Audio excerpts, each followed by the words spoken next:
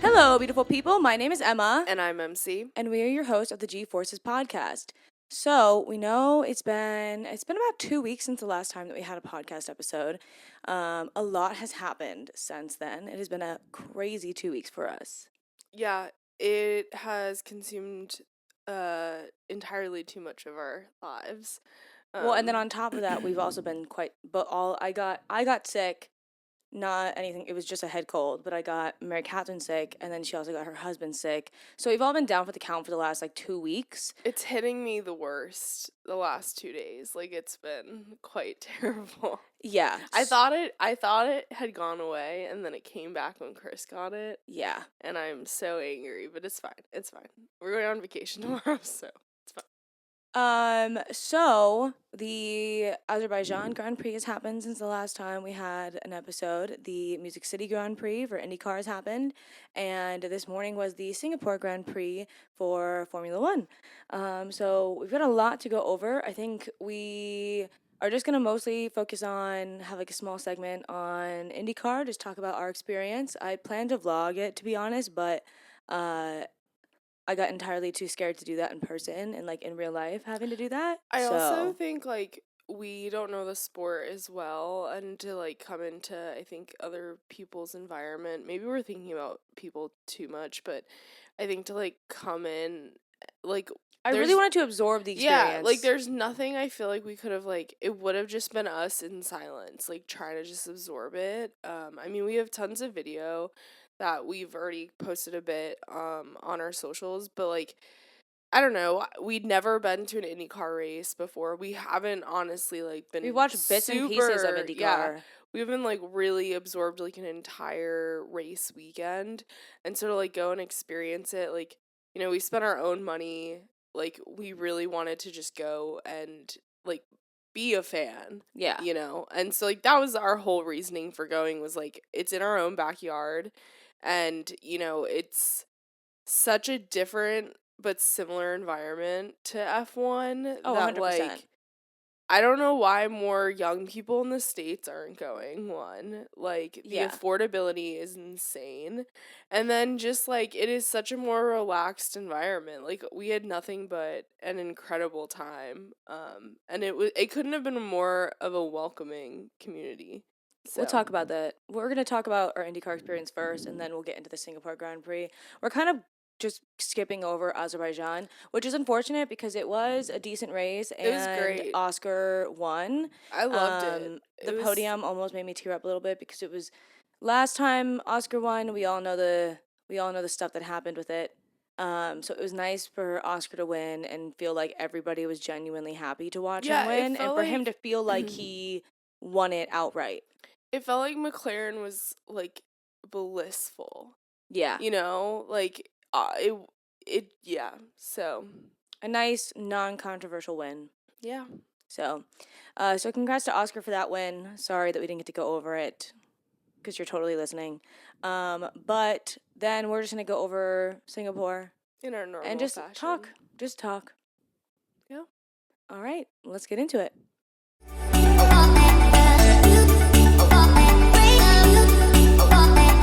Like we said, IndyCar. IndyCar was great. So let's just kind of go through everything that happened for IndyCar.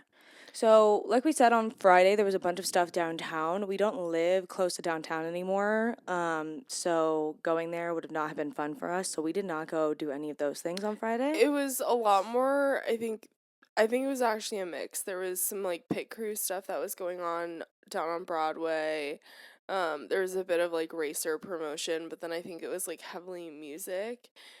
Because Big Machine, which is a record label here in Nashville, sponsors the whole thing. That's the whole big appeal is I think it makes it into almost a music festival type weekend. Yeah.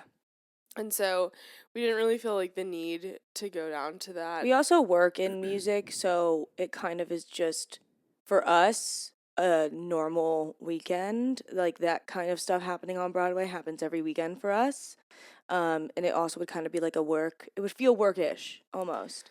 We get to do that stuff we have the opportunity if we wanted to do that stuff relatively often. Yeah, I mean, even if we didn't work in the music industry, like living in Nashville, like the opportunity to see live music, and unfortunately, there was like no one we were super interested in that Yeah. was performing. So yeah, that's I why think it we. is a really cool thing that they do though for people who are flying in or just driving in for it because Oh it makes it yeah. like a whole full event. Like I said that if we didn't live in Nashville and we flew in for a race like this, oh, we would Mhm. 100% be downtown and like absorbing all of it because it would be so much fun. But for us, it's just kind of like if you live in New York, you don't go to Times Square. Yeah, I mean, and there's so many things that happen similar to the way like the music is done. Like, I mean, we have CMA Fest, then there's Americana Fest, then there's, the Big Machine like Grand Prix or Music City Grand Prix, whatever it's called. And so like, yeah, I mean, but that's not the whole reason why. The whole point of us going was for the Racing. motorsport. Yeah. Yeah. And so Saturday morning we get up and we watch a little bit of qualifying for Formula. I think we watched all of qualifying maybe early in the morning for Azerbaijan. I don't remember. To be honest, I can't remember. I don't think we were able to watch anything on Saturday because we left the house fairly early because we wanted to. We wanted to try and watch some of the Indy Next stuff, so we could see Jamie Chadwick, which we didn't make it in time to see Indy Next like practice, but then we were hoping to see their next practice. But then it But started to then it rain. started to no, we wanted to see their qualifying. We saw a little bit of their practice in the middle of Mm-hmm. the day when we went to go grab some food. But we got to see. We were hoping to watch their qualifying, but then it started raining, and as we know, if it's raining, no one can be driving on the oval, and Well, so it ended up they ended up canceling their qualifying. oh really? Yeah. I didn't. Well, and then so then they pushed back one of the practices. Yeah, they pushed back the High Line in the last practice for Indy Car until later at night. So it was at like 8 p.m. They ended up doing the last practice for Indy Car. And we have dogs, so we needed to Yeah, come home to actually take them out to go to the bathroom. So we had to leave basically. We left like probably 30 minutes after IndyCar qualifying. I will say there were not as many people as I thought at practice as there Yeah. were going to be, and maybe it's because there was more stuff going on downtown.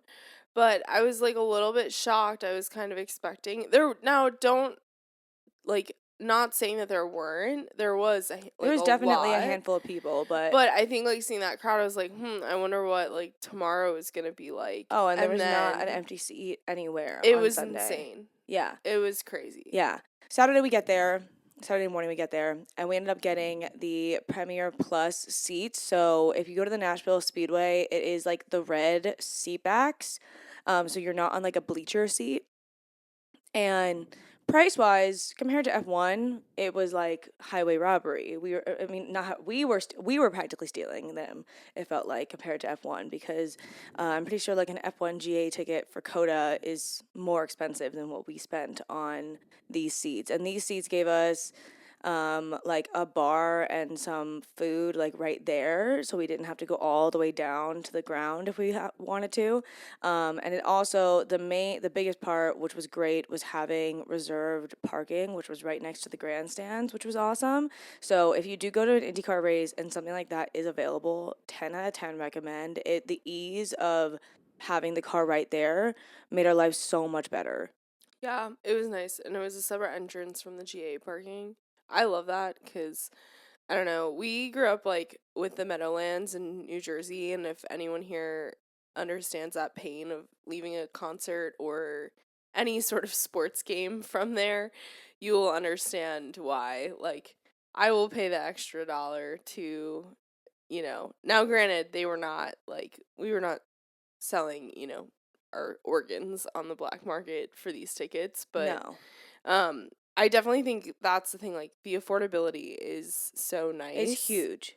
And I think too, like you saw so many, you see it too at F1 races, like so many families, but I think just like I don't know, in this economy, like knowing how expensive concert tickets are and how expensive, we're willing to spend on Taylor Swift tickets, you know, to sit there and support like IndyCar. I don't know. It was a really fun experience. Like I think the race overall, there was a few things we kind of like learned over the weekend is that the cars are way too freaking loud for you to hear the commentators over the loudspeakers, at Well, least at so National Speedway. yeah, so So on Saturday, we all brought like concert earplugs so that we didn't lose our hearing because cuz we getting old. yeah, we're getting old and I would like to be able to hear things when I'm old. So we all brought earplugs to put in on Saturday, but then we couldn't hear anything the commentators were saying. We could still hear the engines, and at that point, like during qualifying, only one car is going at a time, and you still can't hear what the commentators are Well, saying. the good thing is IndyCar does have like a pretty nice app.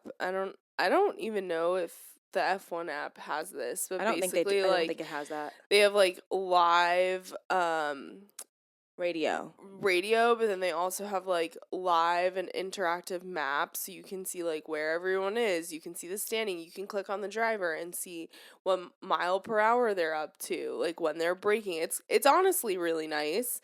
And I'm sure there's like a way to do it from like driver's view and stuff like that, but it was like Yeah. a little bit more simplified, which I thought was nice for like I don't know, just like viewership.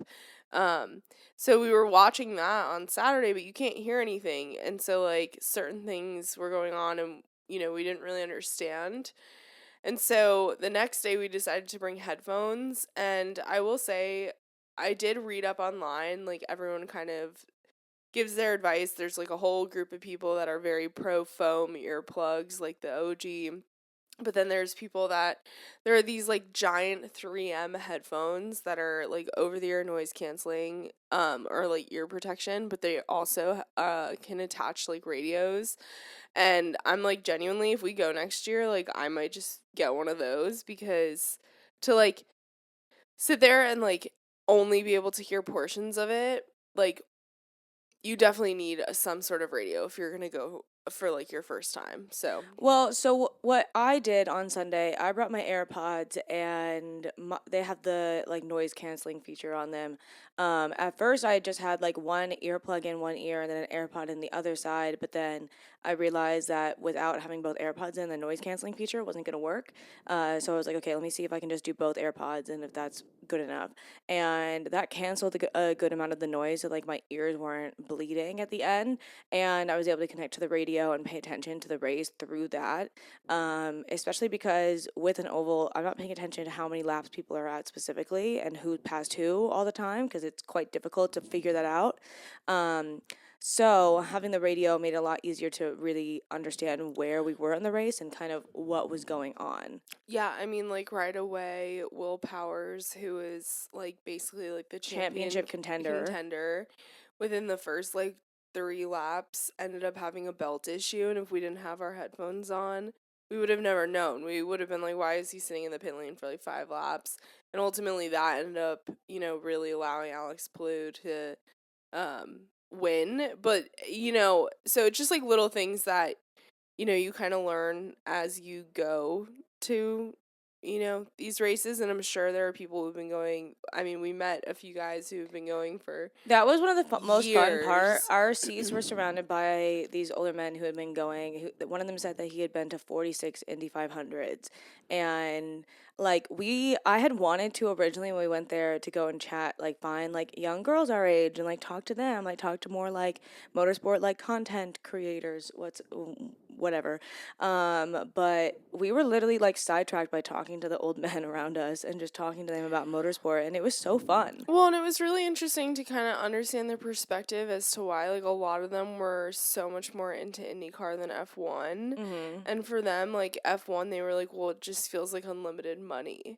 And Yeah. it's really interesting because we always talk about it. We're like, there's a price cap, but in the world of like IndyCar, it's such a different, you There's know, money, but it's not F1 money. yeah. And so I don't know, it's just interesting to sit there and get their takes, and also just to kind of enjoy their own excitement over the sport and over like new fans, because that was the other thing. We weren't shy of telling people that we were new to the sport, like that we like F1 a lot, but F1's really, really expensive. And, we wanted to experience motorsports, so that's why we've come to IndyCar. And, even though that was like kind of our reasoning, they were still like, yeah, no, we totally get it. Like you guys are going to get hooked. Like you guys are going to love it. Like Literally after the race, they turned to us and they were like, "So you converted from F1 to IndyCar fans yet?" yeah, I definitely think we'll go to like the Nashville Grand Prix. Yeah, we Um were like same seats next year, so we can sit by them yeah. because they were like, "We've already locked in our seats for next year." Yeah. I wish we'd gotten their names. They were really fun to talk to. It was nice to meet people like that. And then on the other side of us, Mary Catherine had an older gentleman as well He was a who, Drive to Survive fan. yeah. He was So Drive to like, Survive fans are not just young girls. yeah, he was like, yeah, I got into F1 and I was in the town over visiting my family and figured why not. So, you know, we're everywhere. Yeah. And it was fun because also what I was paying attention to a lot of stuff through the app, and then I had people around me being like, "What are you watching that race on?" And I'm like, "Oh, the IndyCar app," and they're like, "Oh, I didn't realize you could do that." And so I'm like, "Okay, I didn't realize. I thought this was, I guess, common knowledge, but I guess not." So glad to have helped people around me. Um, but no, it was a lot of fun. Logan Sargent was there, which we didn't get to see him, but there are many photos of him there. Flava Flav was there, which I almost cried over because I love Flava Flav, so that was very exciting. Diplo performed as well, It was a but little random. the majority of the crowd was like probably 60-year-old men. So, like, whoever's in charge of the entertainment, I don't know, take a look at like who your base fan group Yeah. is. Um, it was very, very cool to watch. The podium ceremony didn't happen until like way after the race had finished, so we ended up leaving before the podium ceremony because we wanted to get home. We were all like, I did not expect to be so mentally drained, honestly. Mhm. I'm tired after watching an F1 race, but like this was very mentally taxing trying to pay attention to everything for 200 laps. So, Yeah, I mean, it's 200 laps. It's full throttle the whole time. Yes, it's one round shape, but I will say, like, yeah, just paying attention to where everyone was. You'd catch one car and then get distracted by another and then try to find that first car you were watching. And that's the thing, too. The only thing I struggled with was that there was no um, similar aspect to their team cars. except for McLaren. Yeah, I just like I struggled sometimes figuring out who was teammates, but um yeah, so Yeah, I had a lot of fun. it was a lot of fun. We're definitely going to go next year. Hopefully, we'll eventually be able to make it to an F1 race. But definitely going to try to follow IndyCar more because I think it was quite interesting to watch. And there's also the possibility that Logan Sargent might be driving in an IndyCar next year. And who knows, maybe even Danny Ric will make a surprise appearance at some point, Yeah. which Yeah. is a whole other topic. Okay, well, I think we are going to get into the track info for Mhm. Singapore. All right.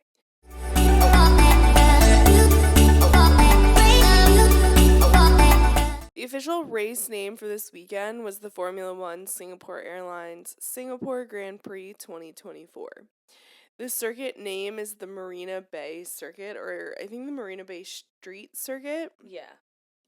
The circuit length is 4.94 kilometers or 3.07 miles, and they do 62 laps around the circuit, which totals out to race distance of 306.143 kilometers or 190.23 miles. There are 19 turns on this track, and the first Grand Prix was held in 2008. The lap record is currently held by Lewis Hamilton, who placed this in 2023 in the Mercedes, and he did it in a minute 35.867 seconds. So this year they changed things up a little bit when we're talking about DRS. So there are 3 DRS detection zones, but then 4 DRS activation zones. So DRS detection zone 1 is right after turn 4, and activation starts after turn 5 and ends before turn 7. DRS detection zone 2 is right before turn 12 and 13. Um, An activation is between turns 13 and 14, and then again between turns 14 and 16. So that's where you see that like double activation. And then DRS detection zone 3 is after turn 17, and activation is between turn 19 and turn 1, like we normally see. This race is known as like the first F1 night race. And then this is a counterclockwise race. So typically, I think the majority of them are clockwise, but um, yeah. I personally love this. I feel like one, the crowd in Singapore comes out in full force for all aspects of the weekend. I mean, it is jam packed. I do Yeah. think that the um environment is very, very tough. For those that don't know, Singapore is very humid, it's very warm. And this can kind of create a sauna like effect, as the drivers like to compare it to. Yeah. And so it is a very grueling race on the drivers.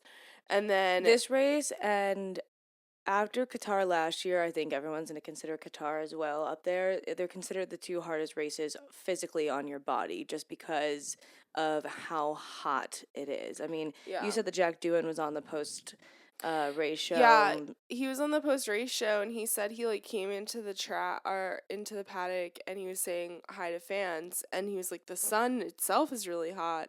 And he's like, but then when it starts like the sun starts to set, it feels like the humidity increases as it like turns into night. And he's like, I don't know what's worse, like what's tougher is like the proper way. Yeah. But yeah, um, I also think another thing to note is this is a very difficult circuit.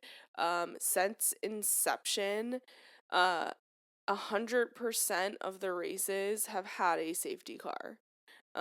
This year, this 2024 Grand Prix was the first Grand Prix to not Well, have one. yeah, so 2 years ago, last year was the first year that they changed a tiny bit of the layout of the track just Mm-hmm. because of construction. And Ruth Buscom Davy? It's not Divey. Divey? She said that after looking at some of the data, a lot of the safety cars were because of crashes that happened where the construction actually Yeah, is. where they had to make changes to the track to I think like 3 corners. But there are still a lot of turns on this track where you're kissing the wall that, like, I don't know how there was not a crash during this race, to be honest. Because also, a lot of them said, like, your main goal is just to drive and finish and focus on getting the car from point A to point B. And yeah, you want to like be competitive and you want to pass people and stuff. But even like Franco said at the end of the race, like I didn't have the energy, like I didn't feel okay enough to try and fight people in the end. I just was trying to get it to the end. Well, who was it? Was it Charles or Nico Hulkenberg that said like, yeah, you get out of the car and like all of a sudden that's when you start to feel Yeah, that was faint. Charles. Yeah. So, I mean, definitely extremely physically grueling. Yeah. I also think you have to remember like I feel like it's hard to train for certain environments and this like deep humidity is not easy. They're like practically Um training. It's like doing hot yoga, like yeah. training in rooms like that. Yeah. And I know like listen, I know there's a reason why the Qatar Grand Prix is significantly later on the calendar, but it's hard sometimes in some of these environments. Like it's just so warm. It's like Yeah. Well, even it's on a knife's edge of safety when it comes to the health of the drivers. yeah. Well, and Singapore's in the southern hemisphere. So they technically right now it's our summer, so it's their winter, probably spring. It's their spring. It just hit spring for them. But I don't think it's far enough away from the equator where they have tons of seasons. Like I think it's just hot and humid all Well, year and they have round. like wet season, monsoon season, like stuff like that in Yeah, certain different areas kinds of of the world. seasons. Yeah, so I mean, but it's just a very humid place, so As a fan, visually, so appealing. Such a cool place to watch. I mean, there are moments where I want to like Singapore is the race I want to go to, and then they show how sweaty the fans are, and I'm like, Yeah. we would be in those GA stands. We would not be in the air conditioning paddocks. No. No, we're never gonna, like, we're not. And, like, so for me, I'm like, would I just want to go to, like, Canada, where I know it wouldn't be dripping Canada's in quite sweat. rainy, and I feel like I always a know. little gloomy sometimes. I don't know. We still have to think about what race we want to go to far in the future. Yeah. Not anytime soon. But yeah, I think do you want to just combine practice and quali? Sure. There's not much that happened. Actually, no, we'll have 2 different segments. We'll do what we normally do. This is just going to be a very long episode. I forewarn you. Okay, we're going to get into practice now.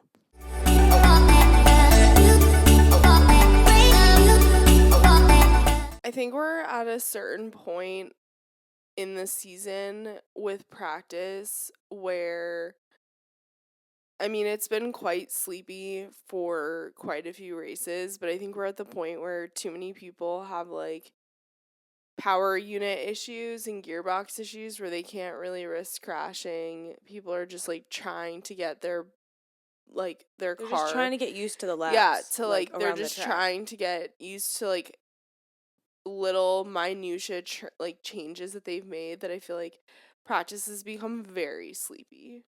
Yeah, so some of my notes are really more entertainment wise. So practice 1, we see Oscar didn't start right away because they were still they had noticed something on the rear of the car during a pit stop practice, so they were taking a look at his car and fixing it. And he ended up going out and did totally fine. But people were pushing on softs a lot earlier than expected. Usually that's going to be FP2 is going to be like the quality practice. But there was potentially going to be rain later on in the day. So that could have meant that FP2 could have been canceled or postponed or whatever. So people wanted to get that in when they could. This is the entertainment thing for me. Fernando almost crashed into, I don't remember who he almost crashed into, but he pushed the like pit wall button to, I guess, talk to them or something. And his race engineer goes on the radio and is like, "Hey, did you mean to do that?" And he goes, "No, I pressed all the buttons because I was gonna crash. I just didn't know what to do." Yeah. They had some very good, there was several sound bites that were just innocently random. And Fernando being like, "I was just pressing all the buttons," was... This was also the beginning of Lewis struggling to find grip, which I think was just the theme for Mercedes throughout the whole weekend. Sort of ish. I feel like the tires are always a complaint. I don't know if this is just how Lewis is. No, with it's his not. Team. George was the same way.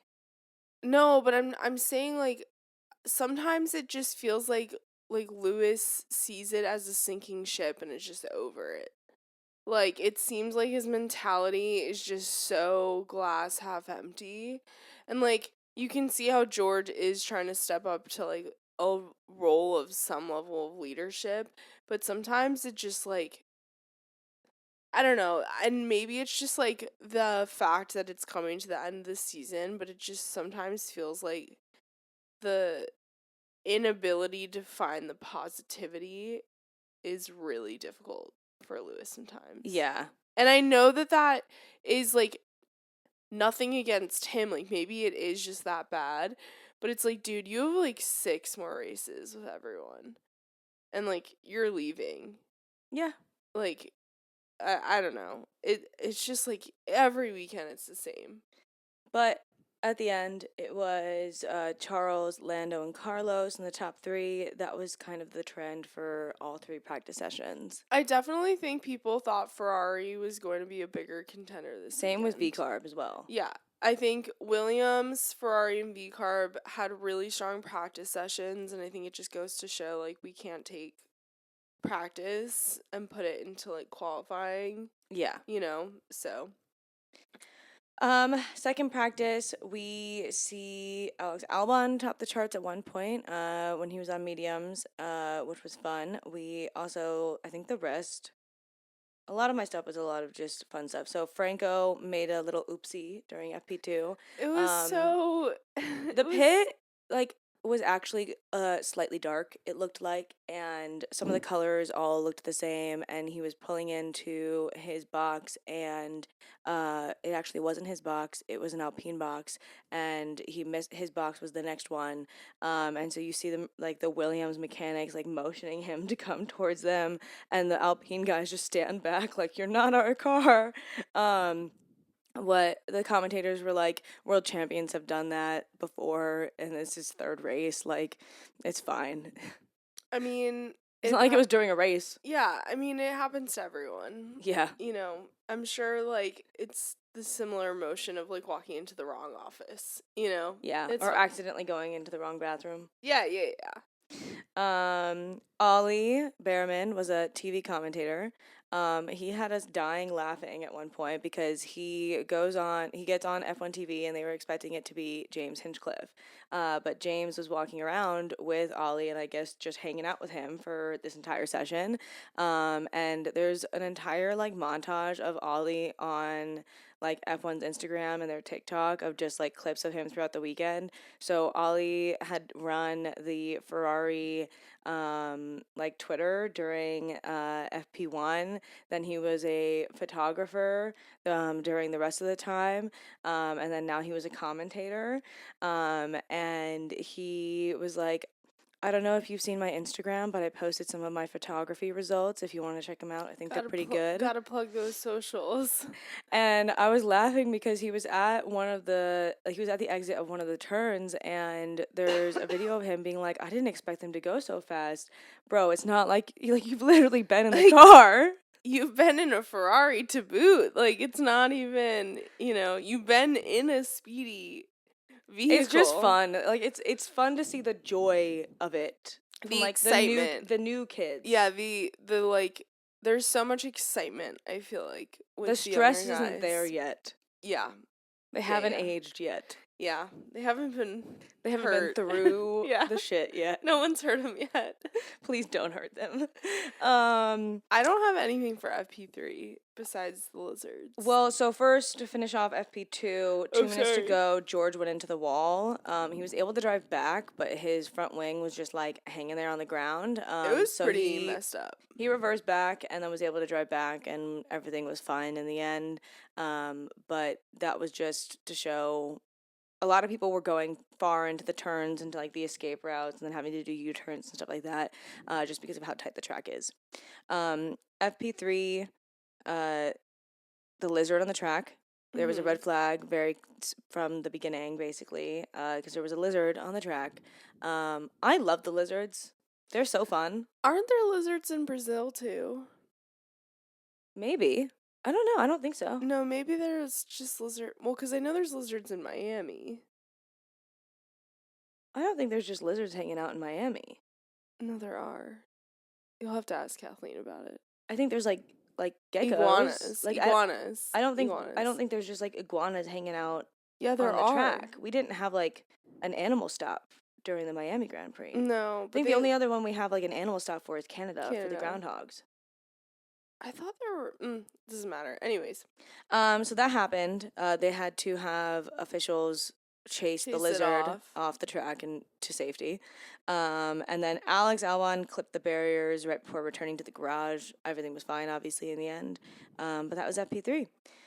So, quality time.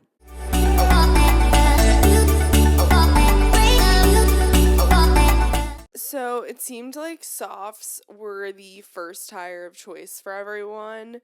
Ferrari and McLaren went out right away while Mercedes and Red Bull waited a bit behind. But Lando was able to put in the top time. And then Max was very closely behind him. Yeah, it was quite surprising, actually. Yeah, I feel like one for where they've been in quali the last like 3 or 4 times. And considering how they were last year in Singapore. But also it just felt like Max has not been connecting with the car, and so it was, I mean, it wasn't a bad surprise that, they were being this successful. Lewis did continue to struggle, noting that his rear was sliding a lot, but I'm gonna be honest with you, everyone's rear was like, Everyone There was was not sliding all over the there was not a place. single driver that was not sliding, and we saw it so much in the race. The amount of people who were kissing the wall or like getting close enough to make everyone sweat. Like, I love you, Lewis, but you're on a street track. You're literally in a human environment. It's dirty as all hell, so you're not alone. Danny Ric, unfortunately, was not able to put in. So he was really close. Like, I think that his time was like 13th, and then like a few people that were in the drop zone ended up beating him in the end, which was unfortunate. But we'll talk about Danny Ric in our final thoughts. One thing I just realized that we didn't mention, which I know we're talking about quali, but I do want to quickly mention it.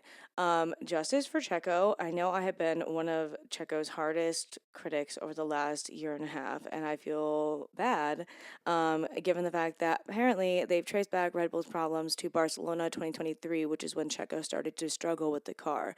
And now we're realizing that all of these issues that Checo was voicing, they were just not listening to because Max was winning. So why would you listen to one of your drivers if another one is winning?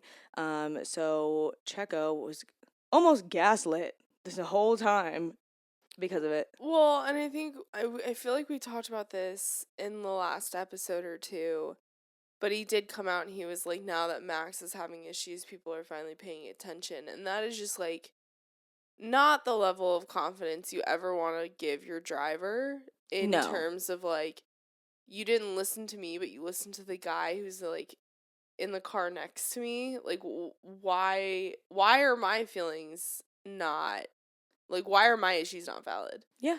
So I definitely think it's like another kind of bad mark against Red Bull Yeah. in terms of like the way they seem to be stumbling hard right now. I would agree. So out in Q1 was Danny Ric, Lance Stroll, Pierre Gasly, Valtteri Bottas, and Zhou Guanyu. Lance Stroll did not look good this weekend.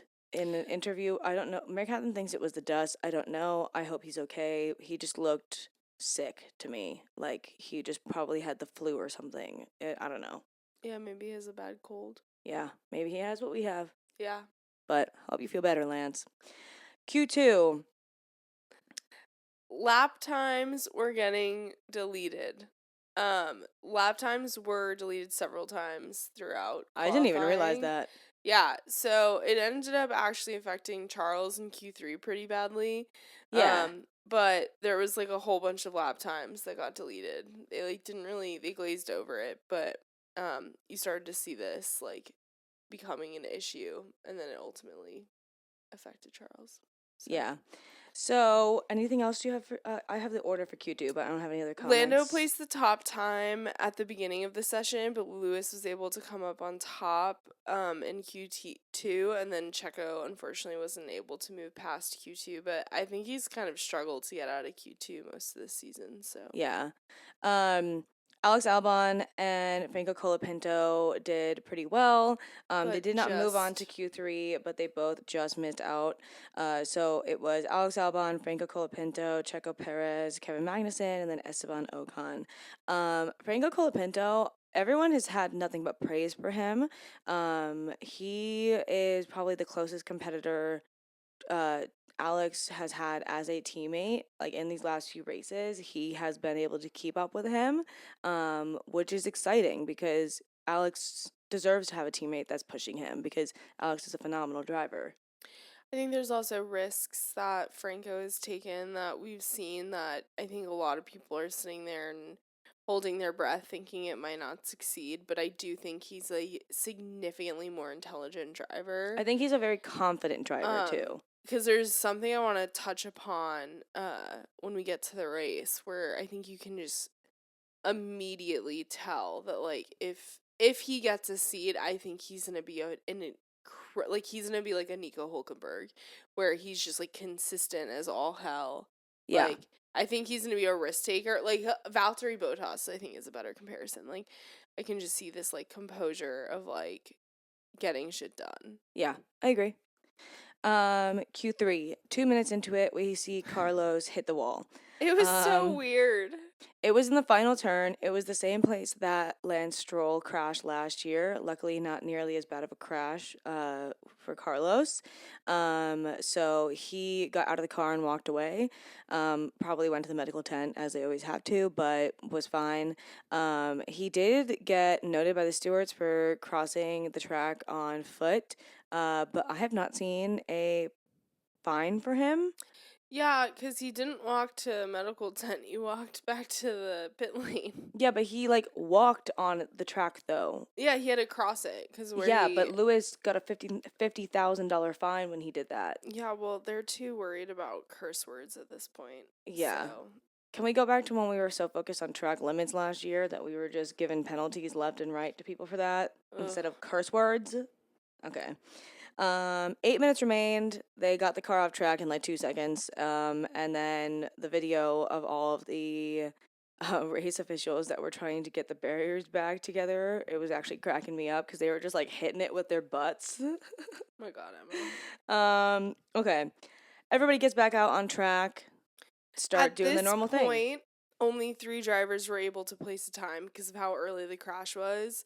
So Max, Oscar, and Hulk were the only ones on the board, but then Max's time got deleted for track limits. Yeah. So all of a sudden, because of the timing, this essentially became Well, it like, got deleted because of the double yellow flag. He finished that time on a double yellow flag. That's sorry. But then because of this and the timing of it, everyone was essentially stuck to like 1 lap. Yeah.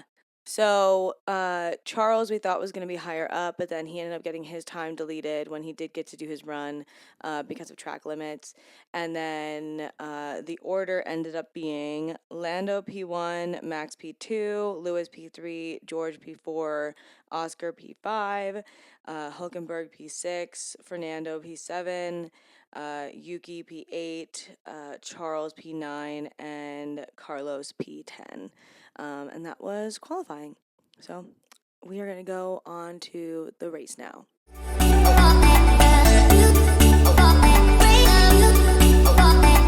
For like the first time ever, Lando started on pole and finished the first lap, still in first. So I think we could do.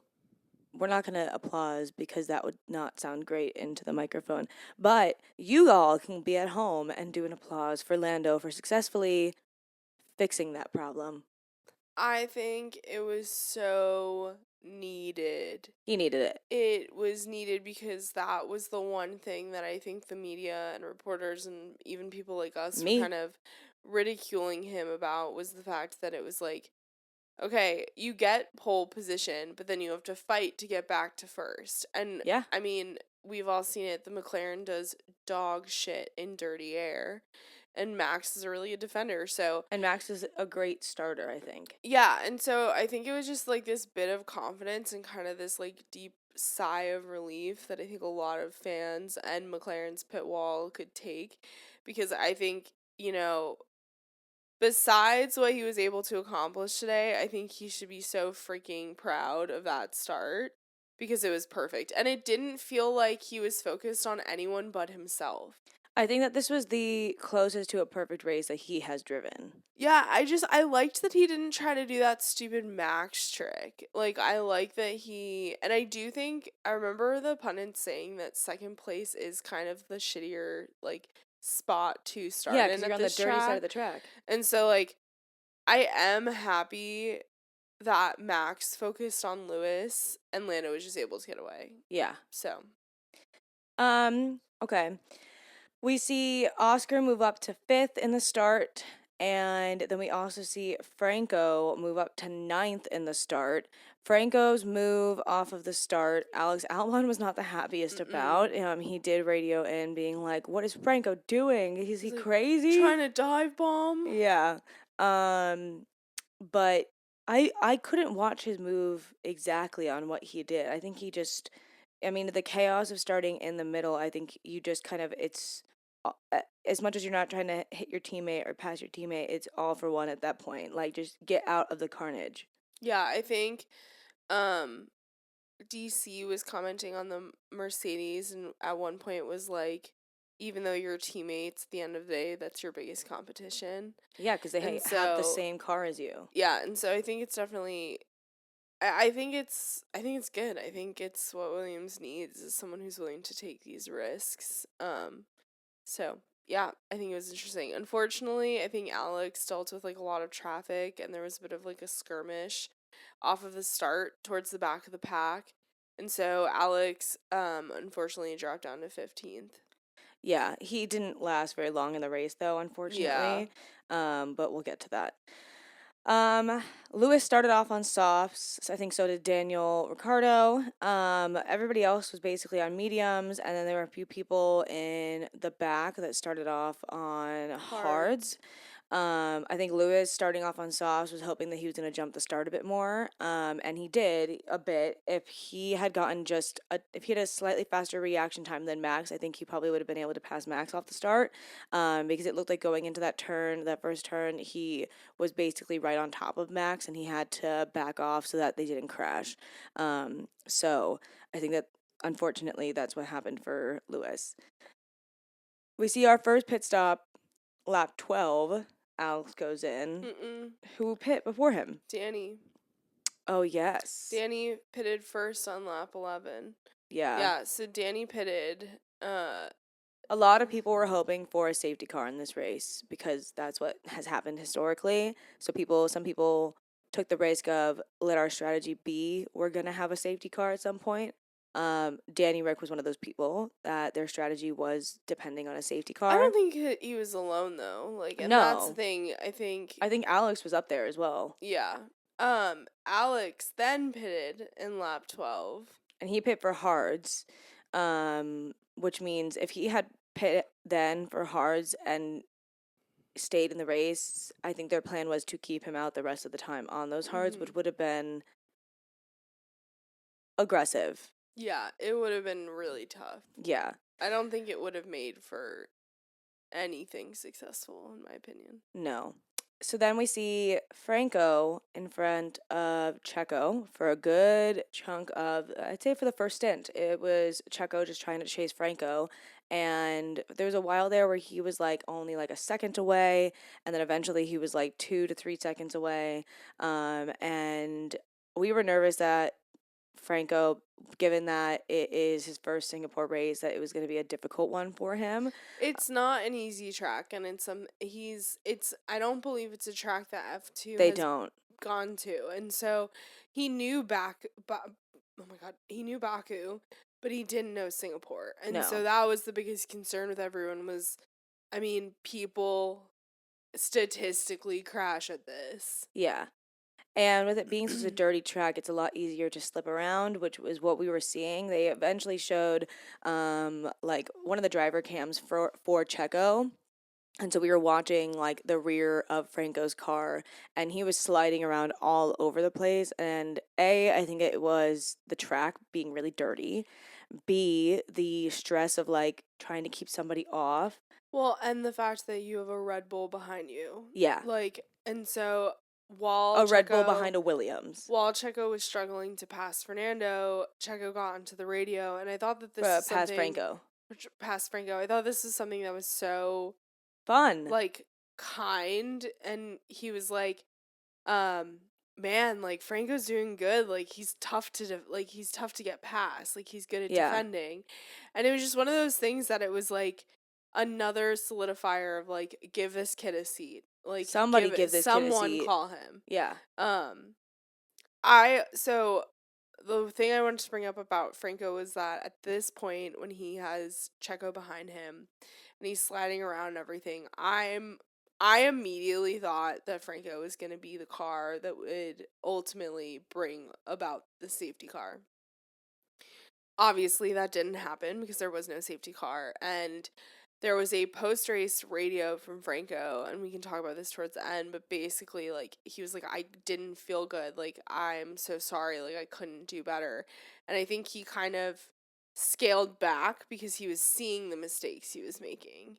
Yeah. And, like, that's the thing, is that, like, I mean... I have more to comment on that. But, like, also, every single driver made teeny tiny blips this entire race. Nobody drove perfectly. No, there was no, like... clean Everybody was driving. like hitting the walls at some point. Yeah. Um, Anyways. I do have more to comment on that Franco radio at the end, but we'll probably do that in our final Yeah. thoughts. Lap 13 at this point, Lando already has a 7.252 second gap from Max, who is behind him, which is crazy. He was like at one point like a second and a half faster every lap. Yeah, for the entire like first stint, he was a second and a half faster, which is insane. We see Alex having a hard time because Carlos had gone into pit relatively earlier too, around like lap 13, 14. Alex was trying to pass Carlos and was having a hard time, and he was in 20th. And then at lap 15, Alex goes in and retires. Apparently, it was a Due power to unit overheating.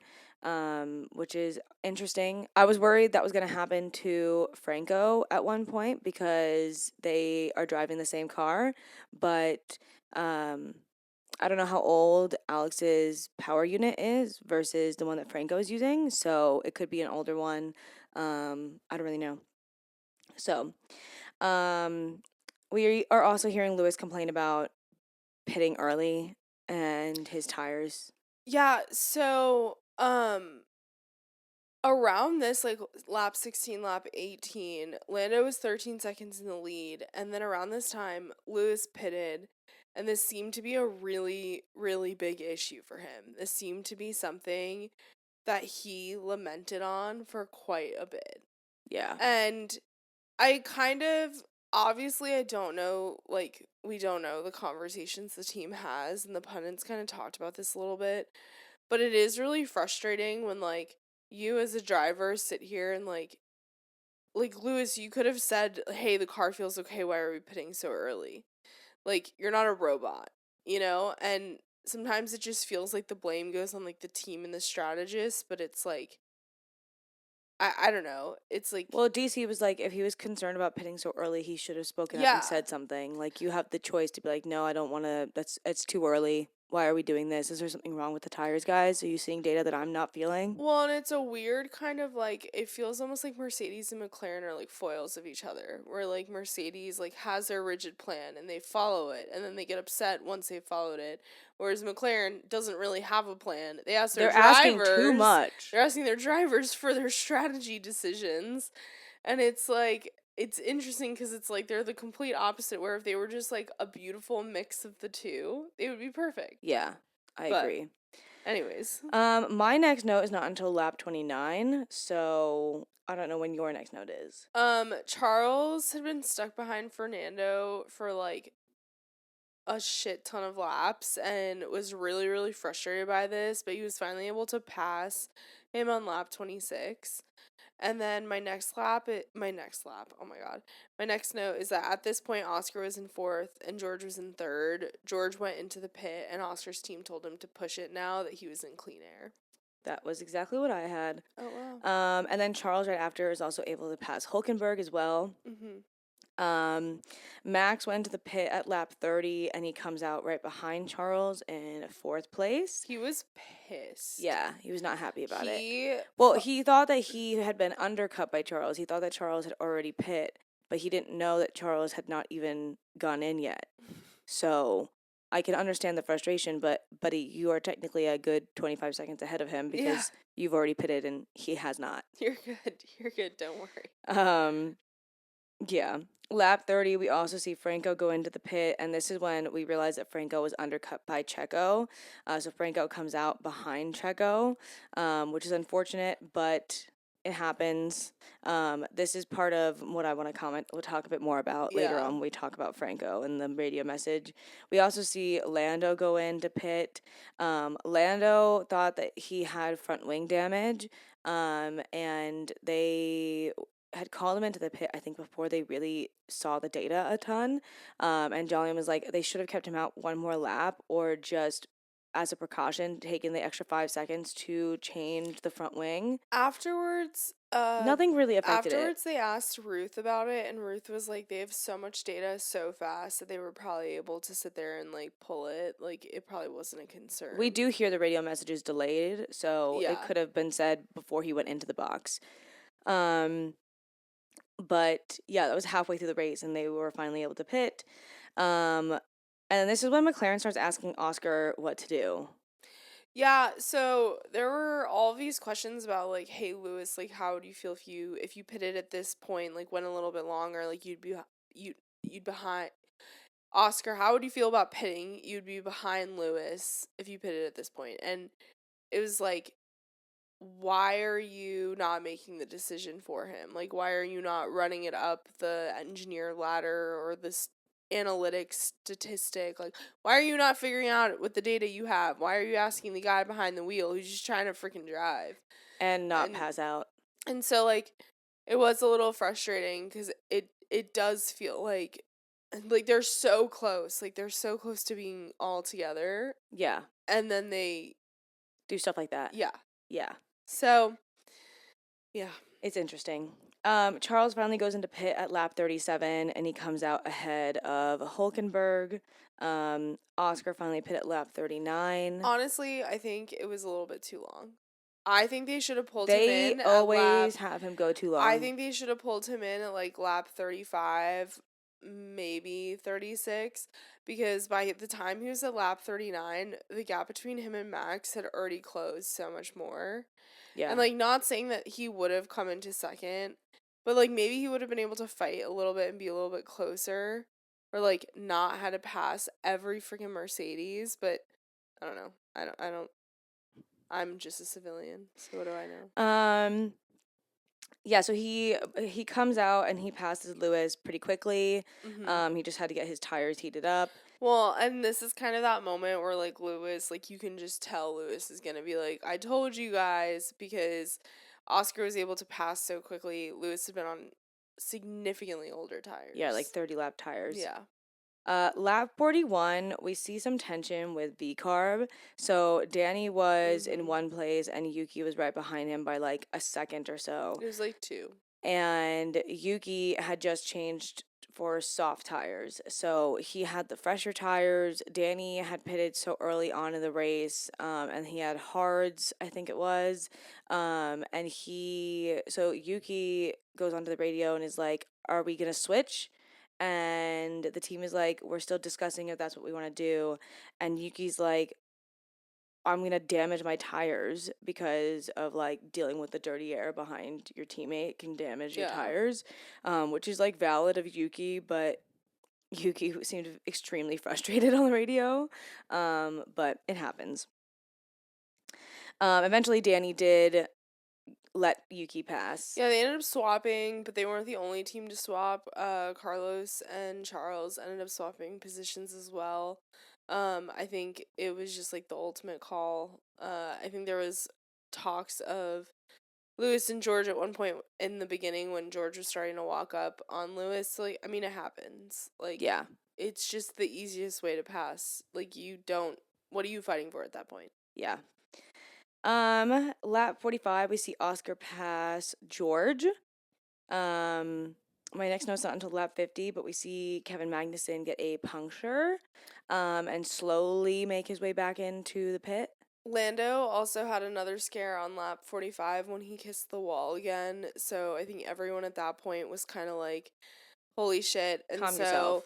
Lando additionally had lengthened the gap between him and Max to almost half a minute at this point in the race. So he was told by his racing engineer to kind of like fully concentrate, take a drink, have a little bit of a chill because He was really trying to get that fastest lap point, and at this point, he did have the fastest lap. But I think he was stressed that other people were going to get it. yeah, I mean, I also just think too, like, it's probably just a very difficult race no matter what Oh spot you're yeah, in. So I think like little slip ups happen, little distractions can happen. But what was your note for lap 50? K-Mac had gotten a puncture. That was it. And my next note had been that Lando was told to quote unquote chill out and bring the car home, which I think is funny. And then we see Checo fighting with Hulkenberg for a bit. Um, and then lap 57, we see K-Mag retire, unfortunately. I was really hoping for some K-Mag chaos, to be honest, in this race, but I feel like everybody was just Trying to get done with get the through the race.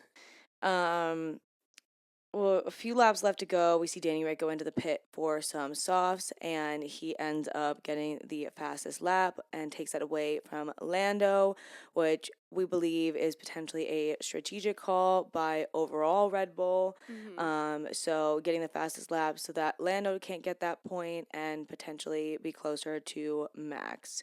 Um, and then the race has finished. And do you want to go over the order? Yeah, so the results of the race was Lando in first. I think it was like 21 or 19 seconds that he ended up winning by, cuz I think the It was like gap 21 seconds, I think. Yeah, I think the gap closed up a little bit merely cuz he was told by his team like Just you get did home. it. Max ended up coming in second. Oscar ended up coming in third. He was able to pass George around like the early 40s. George was in fourth, Charles was in fifth, Lewis was in sixth, Carlos was in seventh, Alonso was in eighth, Nico Hulkenberg was in ninth, Checo was in 10th, Franco was in 11th, Yuki was in 12th, 13th was Esteban, 14th was Lance, 15th was Zhou, 16th was Valtteri, 17th was Pierre, 18th was Danny, and then both K Mag and Alex Albon DNF'd this race. Okay. Let's So go yeah. into our final thoughts.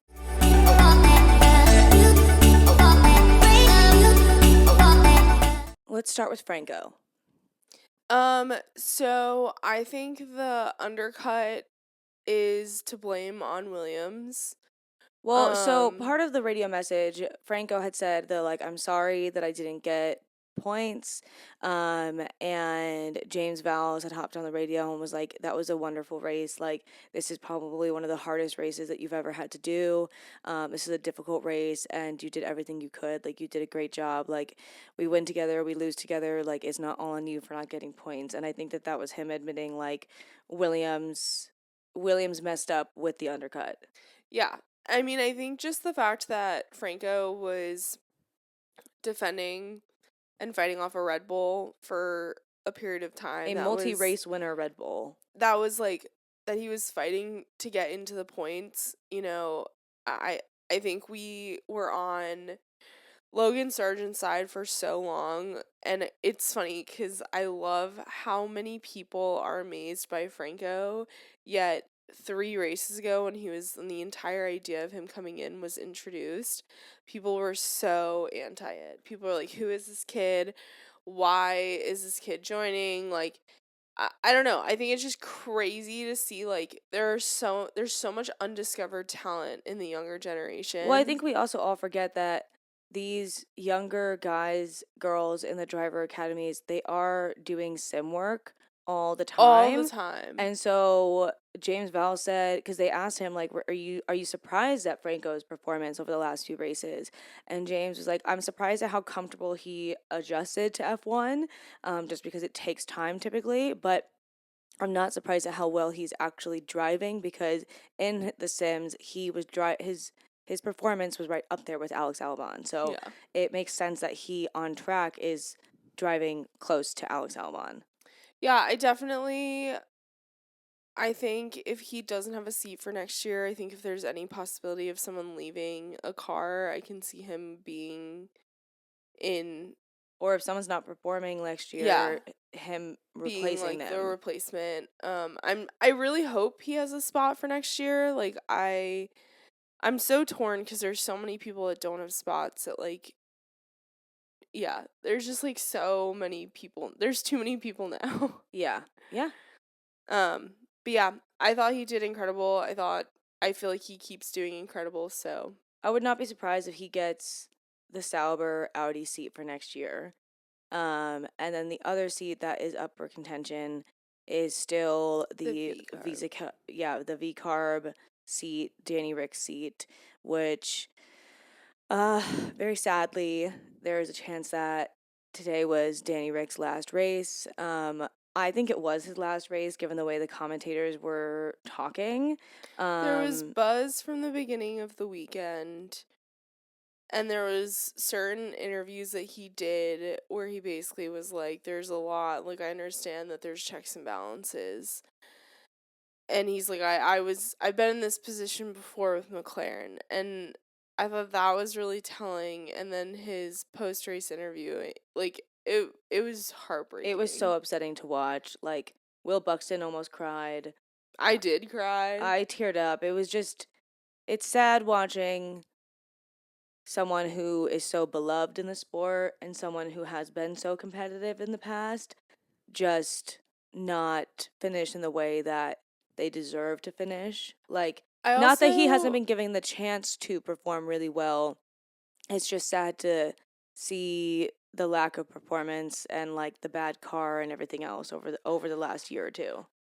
say what you want to say about Danny Ric. I think he weirdly united the sport. I think he brought in A an lot of fans. entirely new wave of fans with Drive to Survive. I think he did something unprecedented for the sport. I think he humanized and kind of made it more like less They're rich, not robots. snotty people and more like, hey, I just want to be friends with everyone. And I think too, you have to realize like this is a guy who has been racing for 13 years. He's been in over 250 Grand Prix. I think it's like He's one of the 257. top 10 most experienced He's drivers of all time. 8 times Grand Prix champion. And I think to sit there and like see like i- it's kind of like I think there's less emotion about it, but it's kind of the way like we're all looking at like Valtteri Bottas, where like you see these incredible drivers succumb to like pretty shitty vehicles, Yeah. and then they're entirely blamed for it, even though like the car fucking sucks. And so it's like I don't know, it's heartbreaking. And listen, I get it. Like, I'm one of these people that I'm so excited for all the rookies because I think so many of them have been waiting in the rafters, and there's been so many guys who've been skipped over because there's been certain personalities and certain people who've been in the sport for so long. But I think to sit there and to like there's so few races left. There's Yeah, so so the much like love that like people have for this driver, and I get it. Like some people are over him. People have been anti him from the beginning when he came back. But it's I don't know, it sucks to see anyone lose their job. Yeah, so the rumor, because we haven't actually said the rumor is that Danny Ric, that this is going to be his last race, and that Liam Lawson is going to replace him for Coda, because that's the next race in a couple of And it weeks. sucks too cuz he loves Coda. Well, and people said that. Do you want me to just go get my phone? No. It sucks so much. Yeah. It sucks so much too because he loves Coda. Well, and people said that they did the denim livery for Singapore because Danny's not going to be in Coda. I think the way that he was talking in interviews, the way that a lot of F1 personnel and commentators were talking, it really, as a fan, made it seem like the decision has been made and he's definitely not coming back after this. Will Buxton did say, I do hope that he thinks about potentially going to Indy Car if he can. Talk to people and maybe get a spot or get a chance to race an Indy Car at some point. Like, we think that he would enjoy that, and that would be really cool to see. Um, it's just quite sad. You never want to see someone struggle, I and I think we've seen it now with Danny multiple times. I think the other problem is too is that he's not leaving on his own terms. Like he hasn't been able to leave on his own terms. Yeah. Like every time he's tried to leave the sport, like that's the thing is that like cuz it's like I know so many people were so sad when Seb retired, But he made the but it's decision. yeah, like he retired. This is like Danny is just losing his seat, like not by choice. And so I think that's what ultimately sucks is just seeing someone, I think David Coulthard said it perfectly, like all of these drivers and everything that they do is amazing. But like you get to a point where you need someone outstanding. And Yeah. like recently Danny unfortunately like hasn't been the Danny of old. Yeah. They said that they still have to look at the data just because, like, Yuki wasn't in the points either, so we don't really know. And Danny did have to, he was forced to take that extra pit stop to get fastest lap. But it was nice. If it is his last race, it was nice to see that he got fastest lap and he did get driver of the day, which I think just shows how much the fan base truly loves him. And I mean, even last race when Oscar did a late breaking move, the commentators said that this was a Ricciardo-esque move. Mm-hmm. So he did make a huge impact on the sport.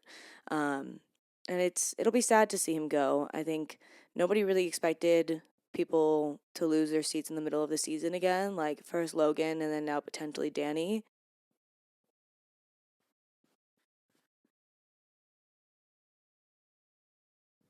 Nobody really expected for people to lose their seats in the middle of the season again, like first Logan and now potentially Danny.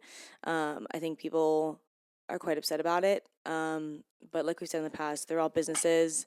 So as much as it's tough emotionally to watch, they are financially impacted by lower performance. So, I think for yeah, those that are new fans like us, I think unfortunately this is just like the hardships of being a fan of, drivers and what they do. And so, like, I think that's the thing, is just realizing, like, this isn't going to be our first heartbreak as fans, and it's but not going to be the last. yeah. So I think hopefully, I mean, in a perfect world, he would be allowed to finish out the season, but also we know the cutthroatness of Red Bull. Yeah. And so we have like a little bit over a month, or less than a month, something around a month of time off until the next Grand Prix. So they did say they were going to take that time to evaluate and look at everything. So Don't who expect to hear an knows? announcement probably Either tomorrow. we're going to hear an announcement tomorrow or we're not going to hear it until like right before Coda. Yeah, like Wednesday Yeah. before media day of Coda. Yeah. So, yeah. Um because we do have a month, kind of like a month, we both have quite a lot of stuff going on, as always. So I don't know when our next episode is going to be. We might take these couple of weeks and just do some of our personal stuff. I have a concert this weekend, and then the weekend after, I get to go meet my niece for the first time. And then it's just a little hectic. So we probably won't do an episode until like the get ready episode for Coda. Mhm. So you might not hear from us for like 2-3 weeks. So just a heads up there. If there is anything like breaking or anything that does come out in the next few weeks, it will be posted to our socials. So while we're saying you're not going to hear from us, like we'll still be active on that front. We're just not going to be posting an episode probably. Yeah. Okay. Well, that's all that I have. That's all I have. All right. Bye, guys. Bye.